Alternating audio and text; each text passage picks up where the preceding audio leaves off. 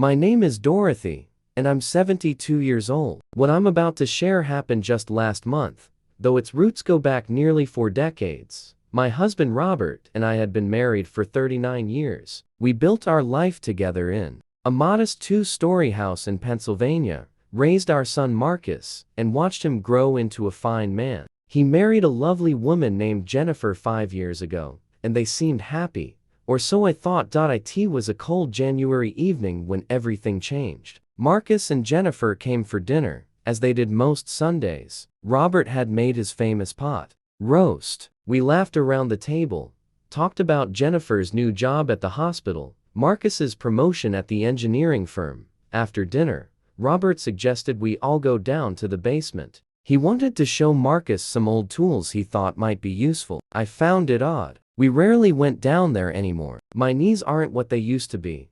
But down we went, all 4 of us, our footsteps echoing on the wooden stairs. That's when I heard it. The click of the door lock behind us. I turned quickly, my heart suddenly racing. Marcus stood at the top of the stairs, his hand still on the lock. Jennifer beside him, her face unreadable. "Marcus?" I called out, confusion flooding through me. "What are you doing, honey?" He didn't answer, just stared down at us with eyes I didn't recognize. Robert reached for my hand and squeezed it gently. "Quiet," he whispered, his voice steady and calm in a way that frightened me more than the locked door. "They don't know what's behind this wall." What wall? What was he talking about? I could hear Marcus and Jennifer moving around upstairs, furniture scraping, voices murmuring. Were they searching for something? My mind raced with terrible possibilities.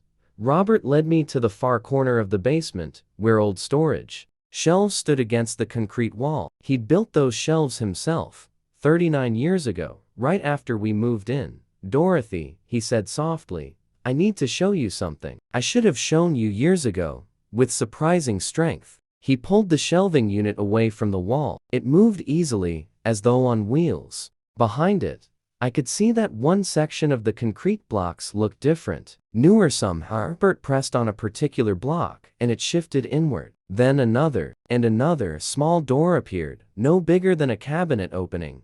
"What is this?" I whispered. 39 years ago, when we bought this house, I built something," Robert said, his weathered hands trembling slightly. "I never told you because I never thought we'd need it, but I always believed in being prepared."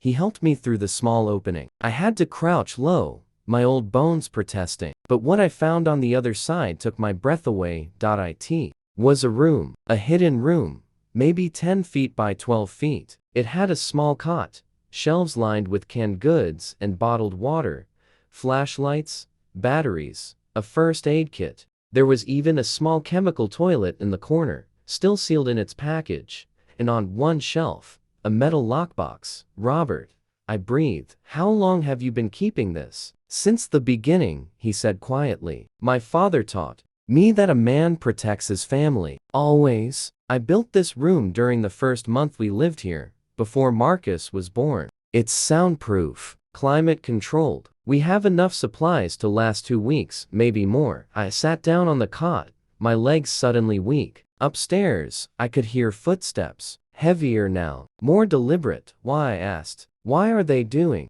this?" Robert sat beside me, and in the soft glow of the battery-powered lantern he'd turned on, I could see tears in his eyes. 6 months ago, he began slowly, I went to the doctor. Routine checkup. They found something, Dorothy. Stage 4 pancreatic cancer. I didn't tell you because I couldn't bear to see the fear in your eyes every day. My hand flew to my mouth. "Robert, I have maybe 3 months left," he continued, his voice breaking. "I updated my will. Everything goes to you, of course. The house, my pension, the life insurance. It's worth nearly $2 million. $2 million. I'd had no idea we'd save that much. Marcus found out somehow," Robert said. "I think he went through my papers when we visited last month. And he and Jennifer, they decided they couldn't wait. The truth hit me like ice water. Our son, our precious boy, he was going to. They think we'll die down here," I whispered. "They'll claim we went missing. And eventually, they'll inherit everything," Robert finished. But they don't know about this room. They think we're just trapped in the basement. They'll probably leave, wait a few days, then come back and discover us. We sat in silence for a long moment. Upstairs, the footsteps finally stopped. I heard the front door open and close. A car engine started, then faded into the distance. Robert opened the metal lockbox. Inside were documents, photocopies, what looked like photographs. "I've known for 3 weeks," he said quietly. "I hired a private investigator. Marcus has been having an affair with Jennifer's sister. Jennifer found out, and they made a deal. They'd stay married, kill us for the inheritance, then go their separate ways and split the money." The investigator got recordings, photographs, everything we'd need. He pulled out his cell phone. Full signal. I had a special antenna installed that runs up through the walls. "We can call for help anytime." "Then why?" I started. "Because I wanted them to do it," Robert said, and his voice had turned cold. "I wanted them to lock that door, to leave us here to die. I wanted their intent to be absolutely clear." He dialed 911. "Hello.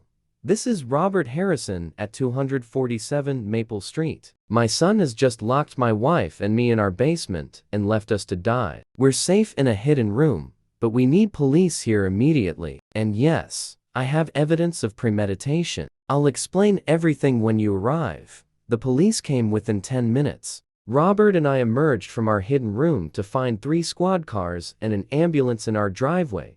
Marcus and Jennifer were arrested at their apartment 2 hours later. The investigation found searches on Jennifer's computer for "How long can someone survive without food or water?" and inheritance laws in Pennsylvania. Marcus had called his lawyer that very evening to ask about expediting probate in case something happened to his parents. The trial was 3 months later. Both were convicted of attempted murder and conspiracy. The prosecutor called it one of the most cold-blooded cases he'd ever seen. A son and daughter-in-law trying to murder elderly parents for money.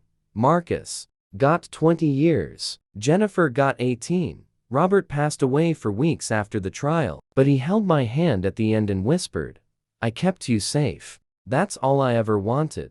Now, and our house alone. I've kept the hidden room exactly as Robert built it. Sometimes I go down there and sit on that cot, remembering the night that showed me both the worst and the best of human nature. The worst, from a son who forgot that love matters more than money. The best, from a husband who spent 39 years preparing a room he hoped we'd never need, just to keep me safe.